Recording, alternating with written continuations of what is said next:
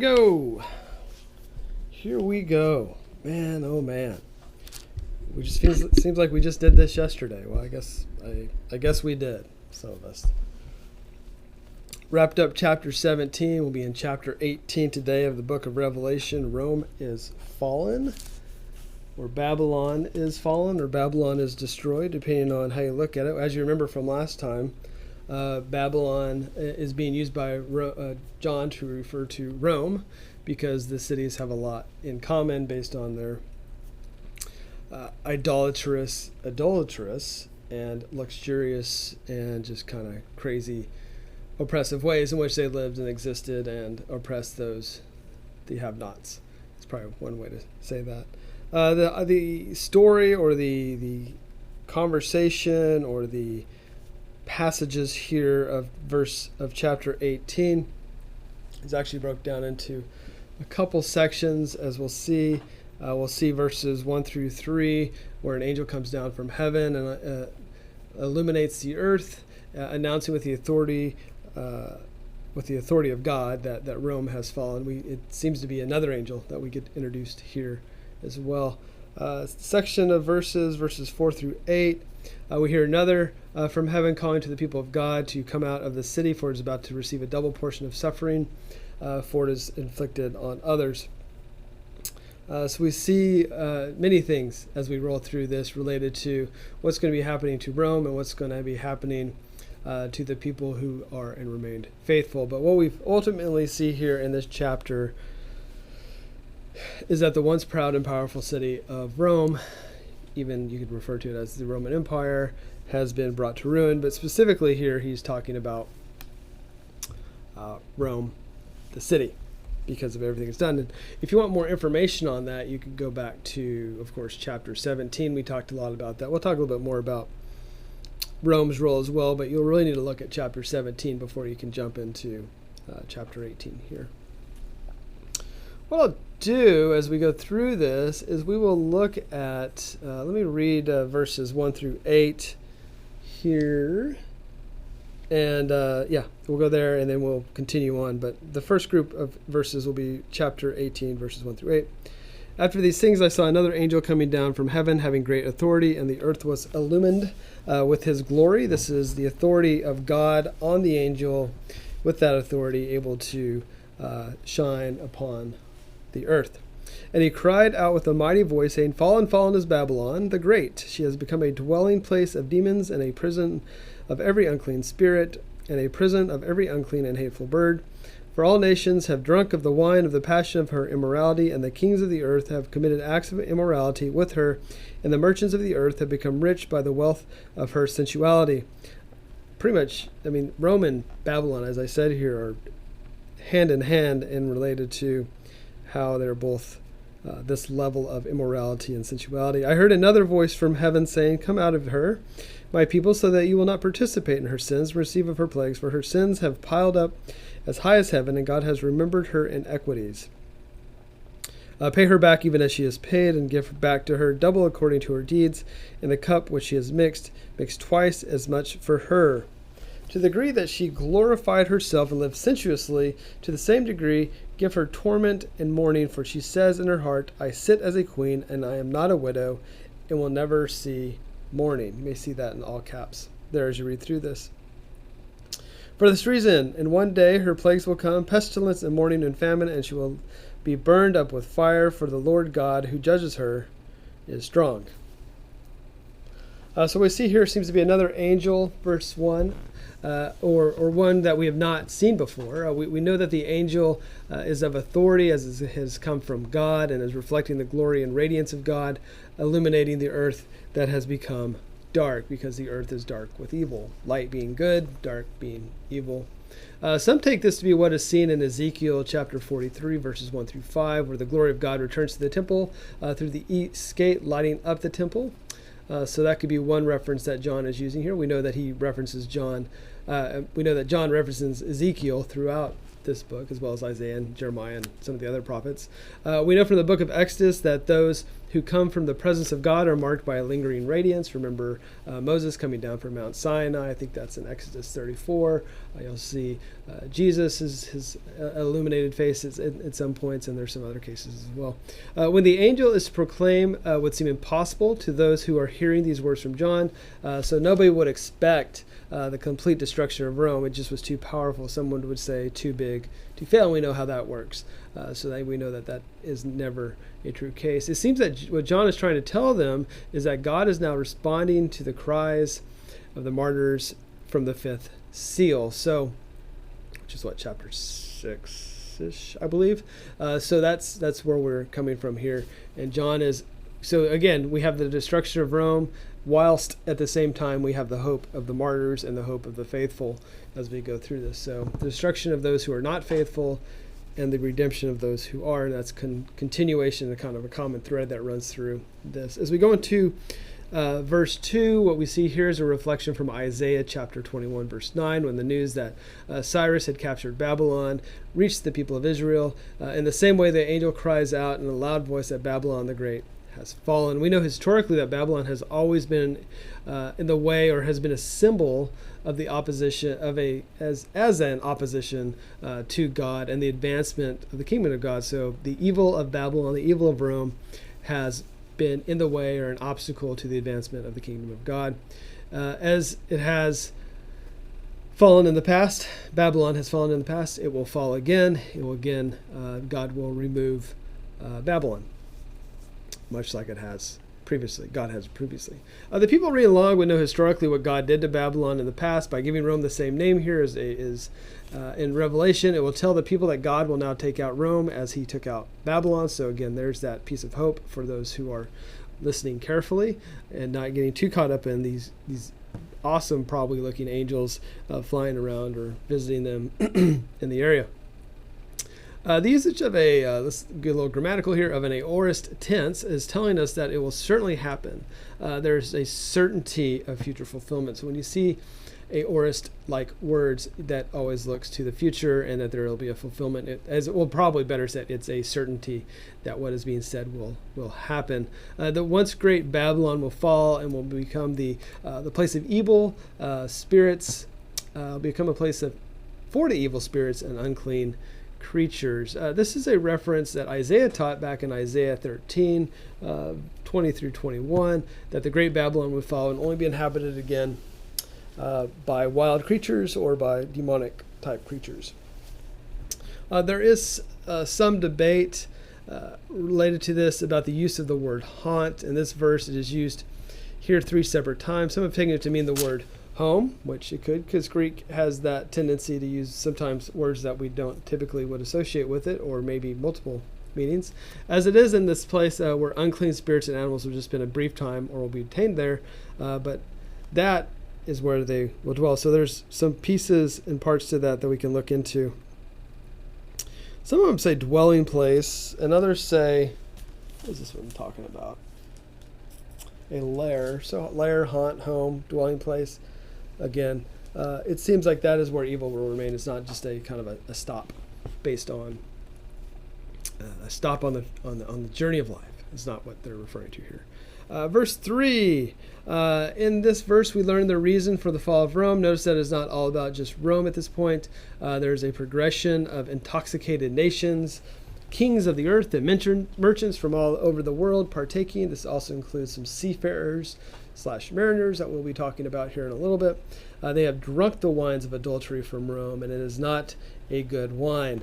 We know that the use of adultery in the Old Testament is, of course, to show apostasy against God. If you go back to Hosea chapter 4, verse 10, it is to show the unclean relationships between Rome and the rest of the world, which is just fascinating how John is tying all of this together. Through these adulterous relationships that we have here, the merchants of the world have become very wealthy.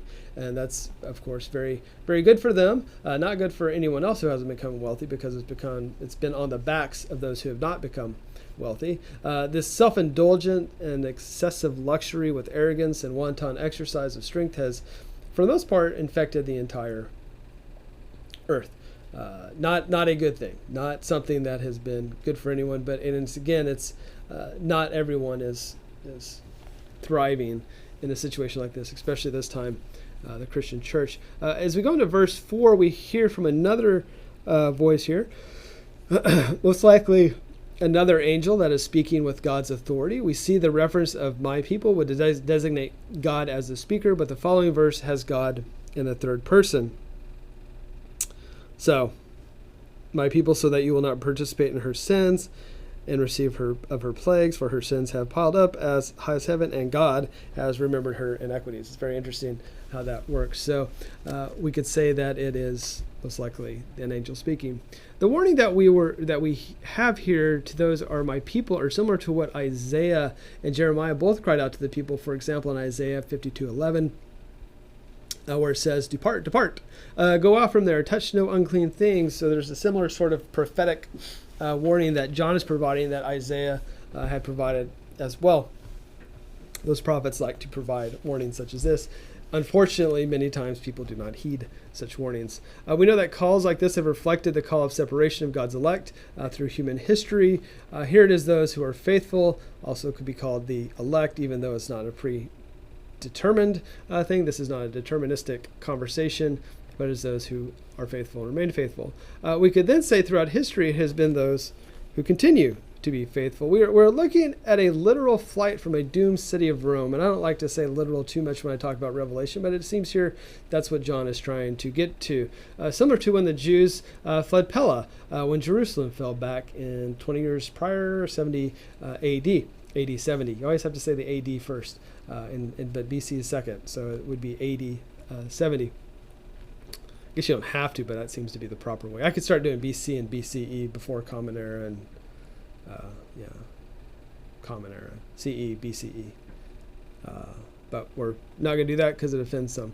Anyways, this literal flight we're looking at here, but we also can project this onto a larger frame of history and see that it is also the last generation of the believers to spiritually withdraw from the adulterous ways of the world. So that's what's going to happen to those at the consummation of human history. They will try to escape or get away from whatever city is deemed to be Babylon at that time. It may be more than the city.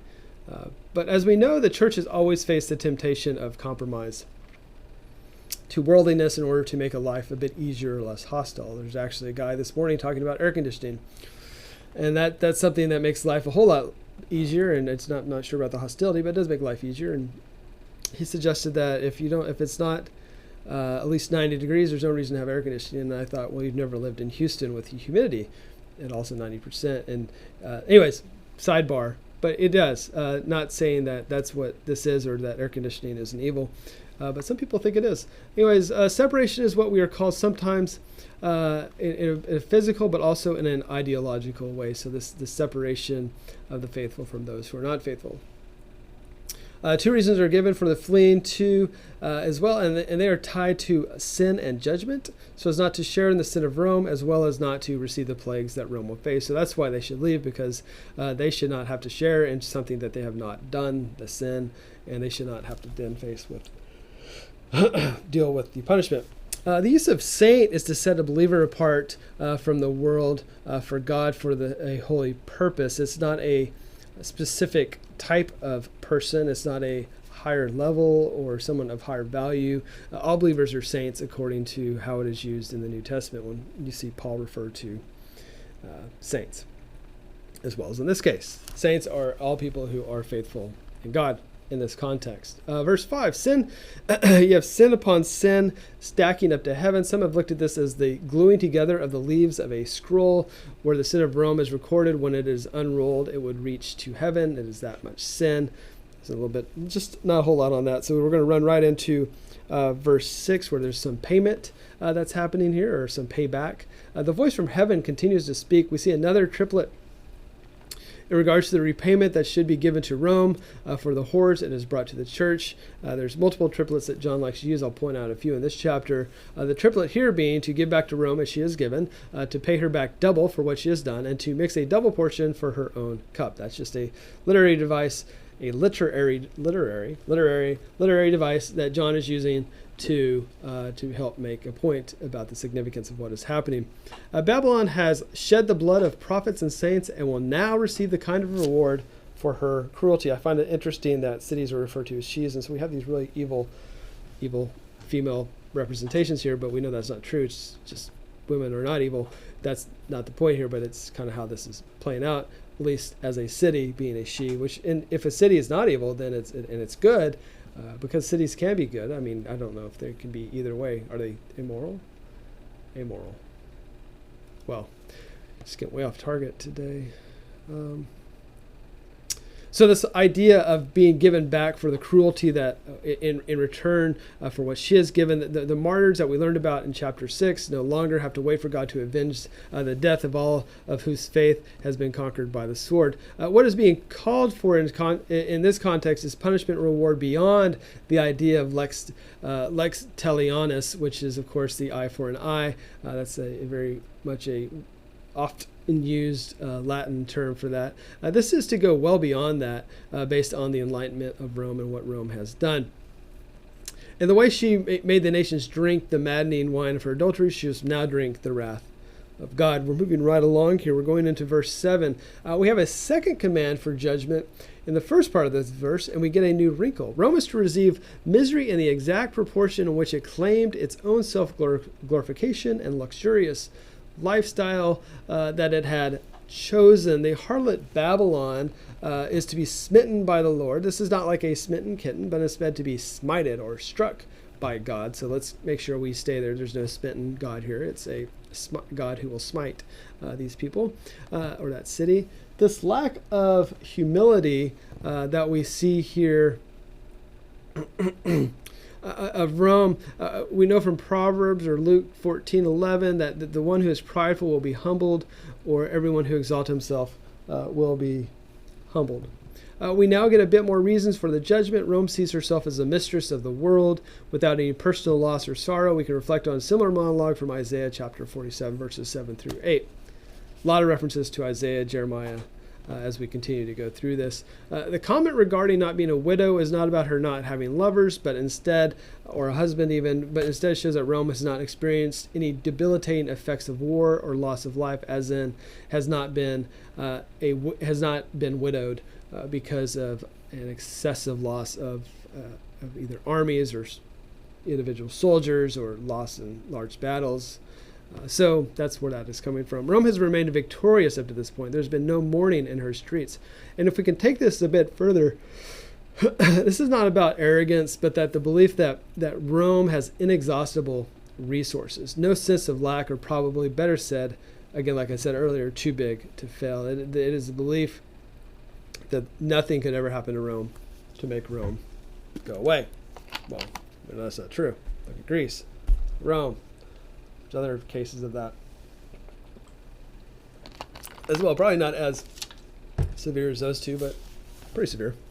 Verse 8, the last part of this section: the arrogance and self-confidence will mean the plagues will come upon her suddenly and will be utterly devastated by God's judgment. Rome, who has drunk on the blood of prophets and saints, as we know from chapter 17 and also from chapter 18:24, we haven't seen that yet, will suddenly meet a like disaster. They will face the three plagues of death, mourning, and famine.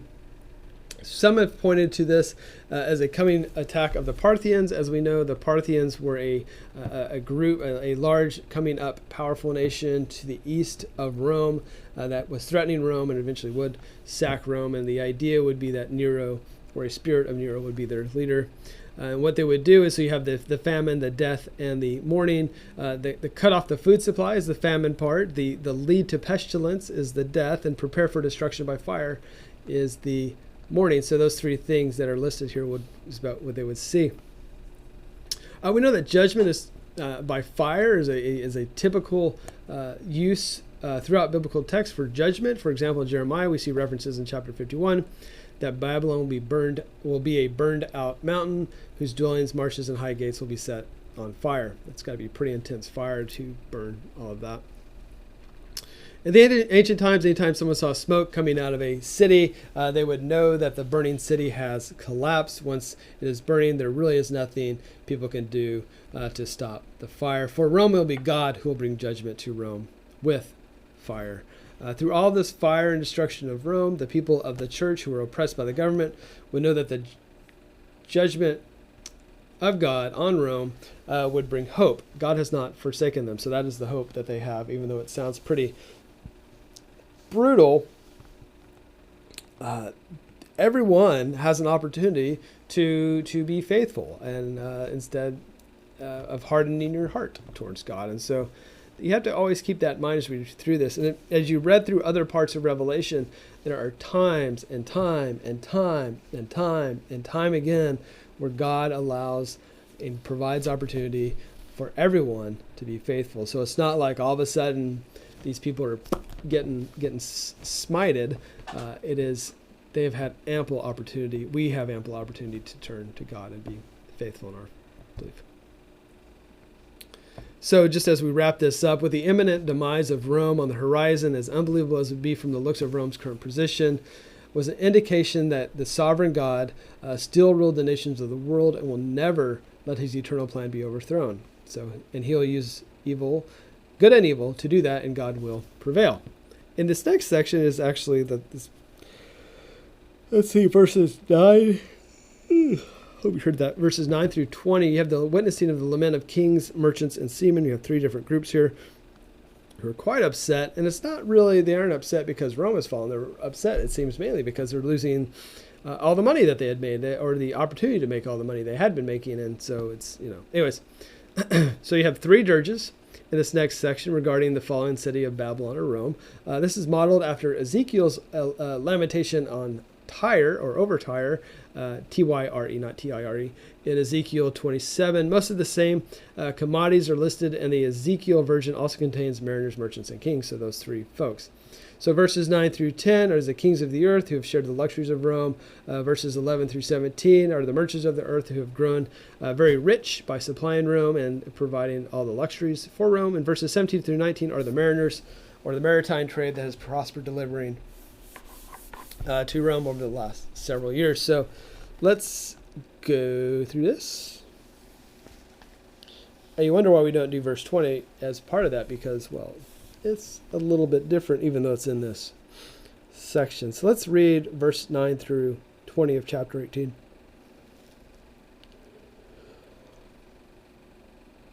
And the kings of the earth who committed acts of immorality and lived sensuously with her will weep and lament over her when they see the smoke of her burning, standing at a distance because of the fear of her torment, saying, Woe, woe, the great city Babylon, the strong city, for in 1 hour your judgment has come. 1 hour is not a literal hour. Please keep that in mind as we go through this. Just want to check something, a point of reference here. Yeah, okay. Verse 11, and the merchants of the earth weep and mourn over her because no one buys their cargoes anymore, cargoes of gold and silver, precious stones and pearls and fine linen. Keep an eye out with what is being read here, what is being listed. Purple and silk and scarlet and every kind of citron wood and every article of ivory and every article made from very costly wood, and bronze and iron and marble and cinnamon and spice and incense and perfume and frankincense and wine and olive oil and fine flour, wheat and cattle, sheep and cargoes of horses and chariots and slaves and human lives. Look how both are listed here. Let's see what this one says here. Slaves and human lives in verse 13.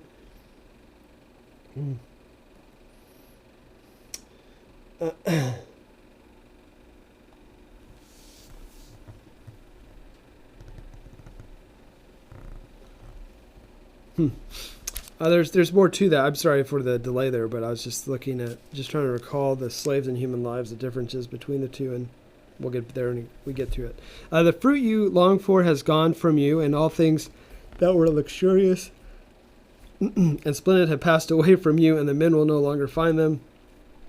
The merchants of these things who became rich from her will stand at a distance because of the fear of her torment, weeping and mourning, saying, Woe, woe, the great city, she who is clothed in the fine linen, purple and scarlet, and adorned with gold and precious stones and pearls. For in 1 hour such great wealth has been laid waste, and every shipmaster and every passenger and sailor, and as many as make their living by the sea, stood at a distance, and were crying out as they saw the smoke of her burning, saying, What city is like the great city? And they threw dust on their heads and were crying, weeping and mourning, saying, Woe, woe, the great city in which all who has ships at sea became rich by her wealth. For in 1 hour she has been laid waste. Rejoice over her, O heaven, and you saints and apostles and prophets, because God has pronounced judgment for you against her.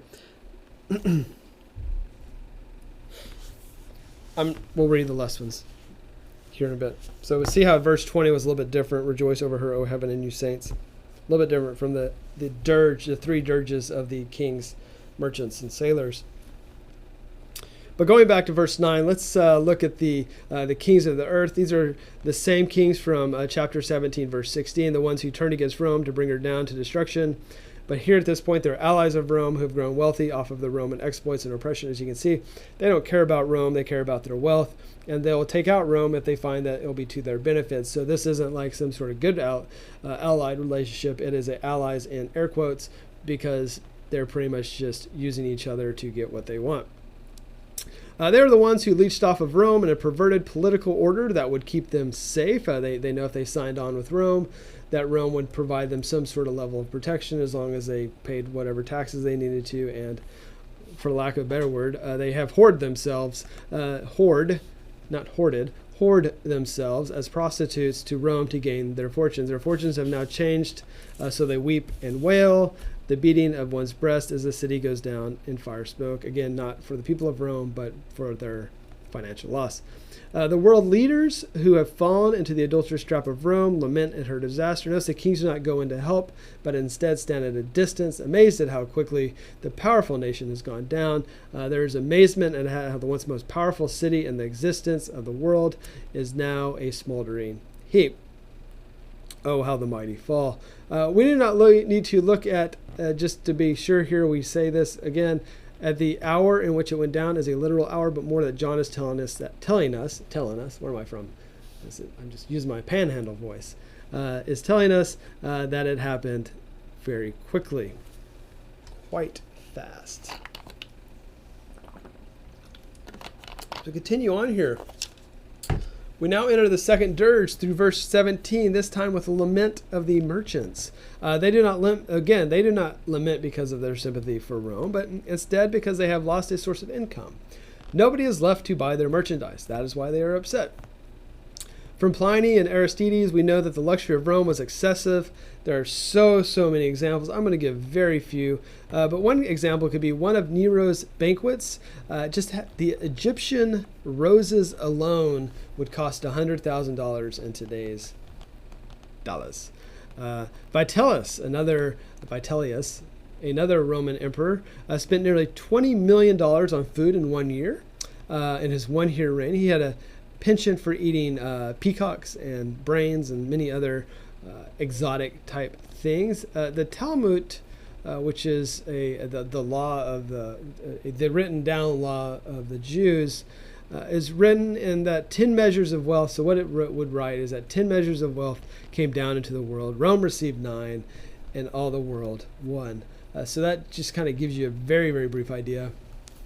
But I think a relatively good example about how wealthy Rome was compared to the rest of the world.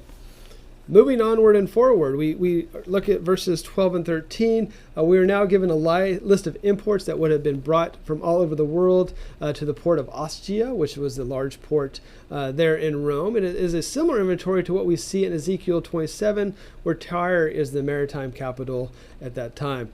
We have 29 items broken down into 6 groups. You have your precious metals and gems group.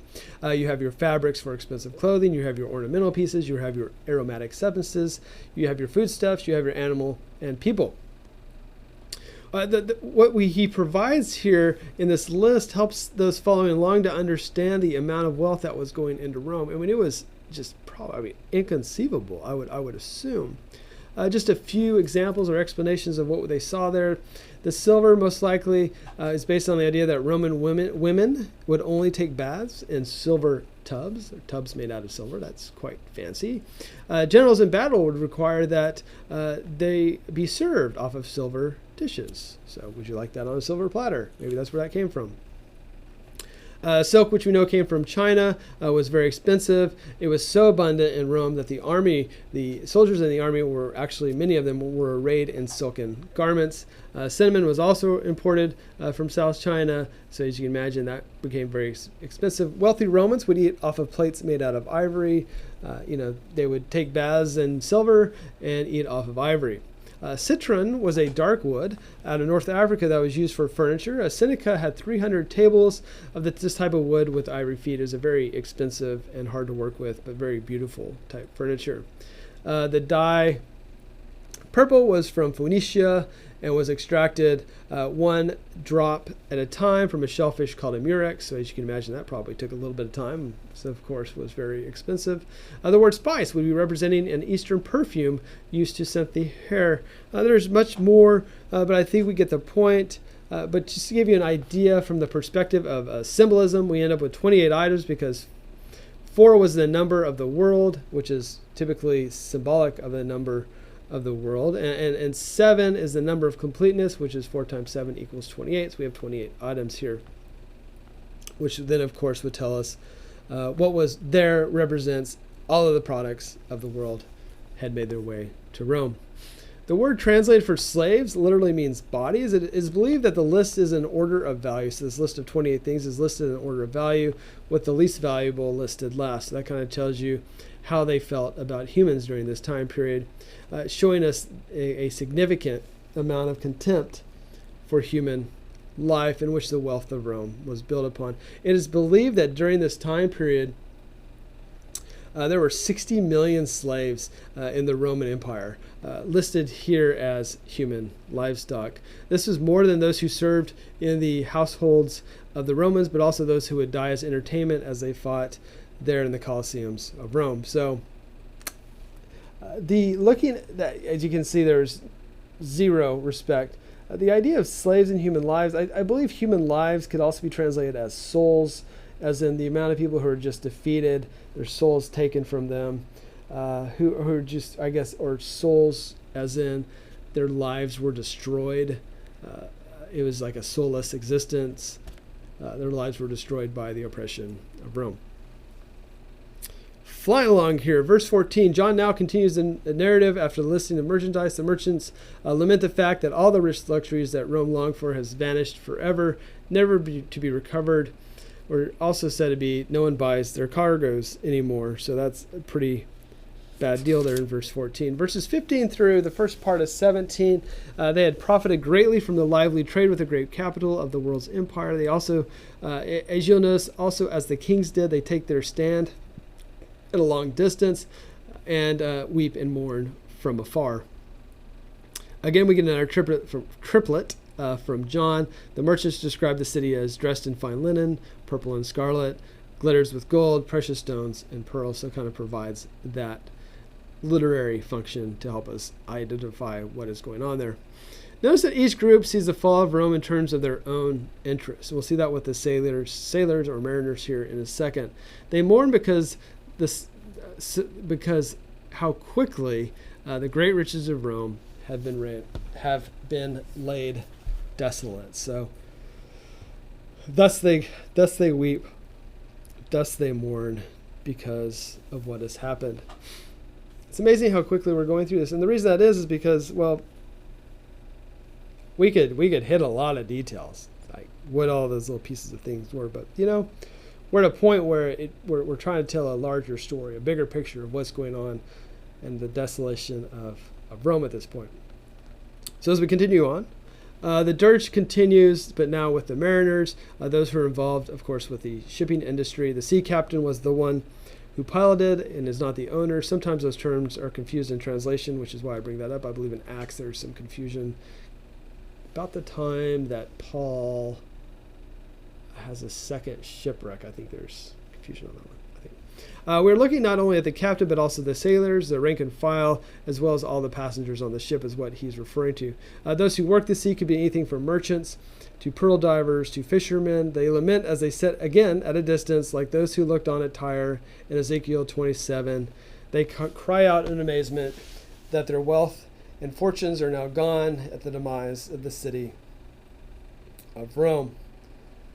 In verse 19, they continue on here. These seafaring folks are shown in a picture of despair and lament, similar again to what we see in Tyre, where they throw dust on their heads and raise a mournful lament. They are so upset because of the wealth they will lose, and not so much about, again, like I said, the fate of the city. So it's a very, they don't really care. They don't care about Rome. If another city pops up and the Parthians show up and they have a big, powerful city, the merchants and the sailors and the kings will then go and try to do their best to become wealthy off the Parthians. So it's like there was any sort of real desire to be part of Rome beyond just the amount of wealth that Rome could provide. Verse 20 is a quick transition from a lament to a time of rejoicing, which keeps things consistent with the apocalypse. You see that on and on. It is debated with this call of rejoicing is to or from. Some say it is the call of the church to rejoice after her suffering.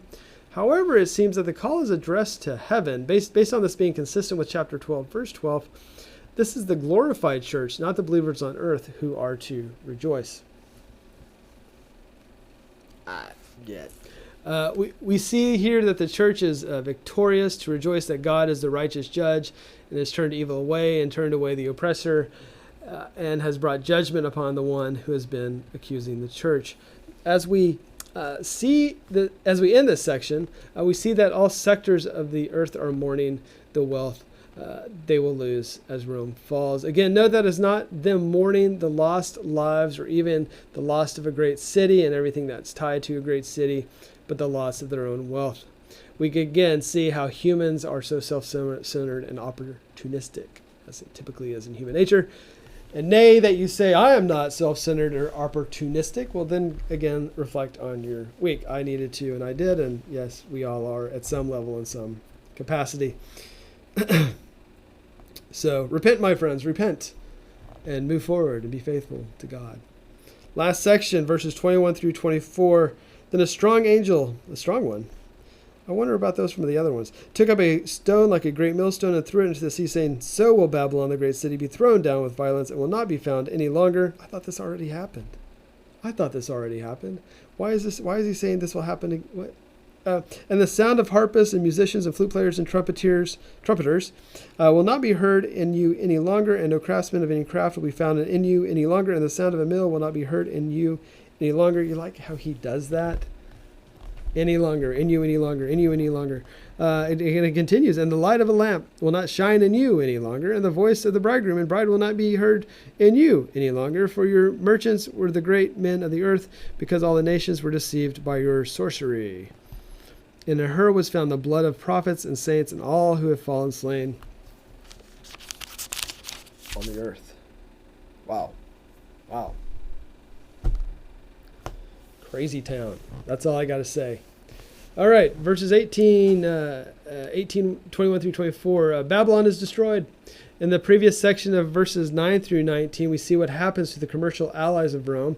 In this next and final section of chapter 18, we'll see Rome collapse from within. So we have the exact same thing going on, but from an internal perspective, from previously, the three judges being from an external perspective of what is happening to Rome. And so all the arts, crafts, commerce, and customs of the great city will implode and will never recover, is what he's saying. You'll note that 6 times in verses 21 through 23, we see never again, or you'll also see found in you any longer, heard in you in any longer. So it's just, we see that, and he's providing that to give us a really good perspective. From a historical prophetic perspective, we were looking at an event in the times of Jeremiah when, I think it was Sariah, the quartermaster is sent to Babylon and reads a prophetic oracle against Babylon, which is in Jeremiah chapter 1, verse 59. The seer sees a vision of a large angel with a large boulder thrown into the sea, symbolizing that Babylon and Rome will never be seen again. This is the 3rd time we encounter a large angel. We saw one as the guardian of the great scroll in chapter 5, verse 2, and we saw another strong angel in chapter 10, verse 1, coming from heaven with a small scroll. So this is the first time we have a strong angel without a scroll. The type of violence in which it is being described here is similar to when we see the herd of swine run down the hill and into the lake in Mark 5 through 13, or when Acts 19:29, the great crowd rushed upon the theater in Ephesus to go after Paul. So quite a hectic situation. Hectic is probably not the right word. Dire? I don't know. Anyways. The mill boulder, the millstone / boulder, is thrown and just it not just falls into the sea, helps emphasize the violence and speed in which the destruction of Rome will happen. So it's not like it rolls off a cliff, or it breaks off the side of a mountain and rolls down. It is thrown in. It is intentional. It happens quickly. But not only Rome. So we have to take this as more than just Rome.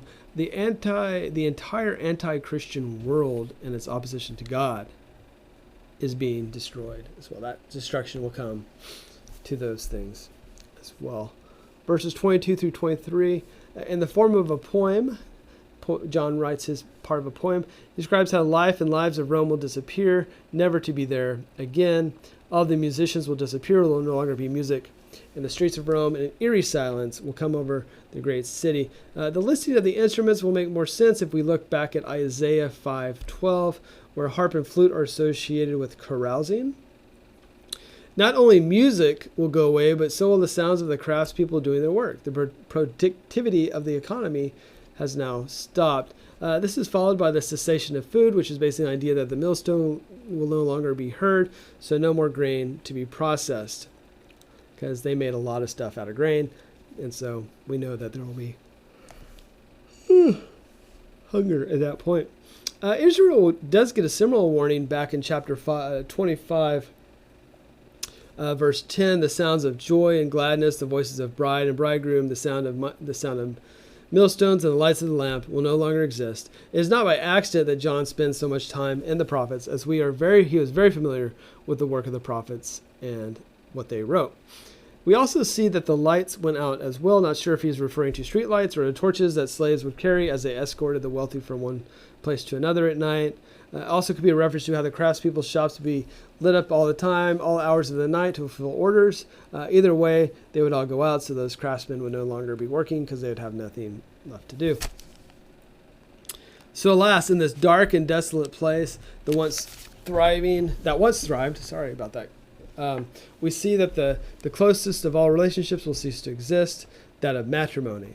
The sounds of weddings will no longer exist in the city. So John is just hitting everything, hitting every part and piece of this. I must go on. 23, second part of 23. Some would say there is a disconnect between the first part and the second part of this verse. Both seem to provide reasons for the judgment that has come upon Rome, and each is a repetition of what we have seen earlier. So that's good to know. The merchants of Rome have become very powerful people, magnates even, so also a bit arrogant. I think a bit arrogant is a little understated. Their wealth that they gained through the growth of Rome has made them very powerful. They have been known as the great ones based on how they've deceived and hurt everyone else. Rome has deceived many of the nations with its magic or sorcery. We do not have to think of this as actual magic or sorcery. However, the black arts were very well known and used in Rome during this time, so maybe it was. I doubt it is, but maybe it was. I think we should take it more as that Rome had become very good at the art of deception, and Rome had bewitched the nations into a false sense of security, leading them to believe that Rome was a city that would be eternal, as in a divine city. So they had quite bewitched, much like the show, I think it was the 50s and 60s, where the witch lady and her mother lived together, and the nose thing would then make something happen. Similar sort of thing here. Verse 24, we are not provided the last and ultimate reason that Rome was judged because of the blood of the Christian martyrs that was spread throughout Rome. Notice that the guilt of Rome is to be spread throughout all of the earth, as it was Rome who is the reigning sovereign power of all the world. All loss of life was at the door of Rome, for she was guilty. We know from Cain and in Genesis 4 that the blood of innocent victims cries out for vengeance. Abel's blood cries out to God from the ground. Recall the martyrs from chapter 6 demanding to know how long it would take until their blood was avenged. We don't need to take the prophets and saints as two separate groups here whenever you see that being listed, where it says the blood of the prophets and saints. It's the same. It's not like you have a set apart class like we talked about earlier. with that. You could look at it, though, however, is that they're all saints, but the prophets could be a special group within the saints. So, because all believers are saints. The people of the time would still have seared in their minds the massacre under Nero in AD 64, as well as the current issues they were dealing with Domitian, who was about as unpleasant as Nero was. We can take from this that the judgment of Rome, in John's view, is the eschatological perspective or judgment that would come upon the entire world at the consummation of human history. We know that John thought these things would soon take place, going back to 1:1, but we are 2,000 years in at this point. So what this could tell us is that the forces that exemplified Rome will be the same forces which will play the major role at the end of human history. So we can do that. We don't want to do too much of that, because then we start trying to make dates and claiming things and acting like we know things that we don't know. But I think that's what John is pointing to, this is how the world will be working, possibly, at that time period. We have to remember that prophecy in its nature has a hard time being forced into a specific sequence. So just because John is writing it out this way doesn't mean it's going to happen in this way or in this sequence. We know that many things that he teaches and talks about is not in a chronological order, but more in a symbolic order. However, what we can get out of all this is the guarantee, the ultimate issues of God's redemptive program, which God's redemptive program will be completely fulfilled at the consummation of human history. So that's what we can get out of that. And I think with joy we can walk forward and see how that all plays out. Look at that. Chapter 18, 1 through 24 is all done. Next time is chapter 19. What we're going to do is spend the next 4 weeks. We'll do a chapter a week the next 4 weeks. Chapter 19 next week, and then chapter 22, 4 weeks from now. So anyways, have a great day. Thank you.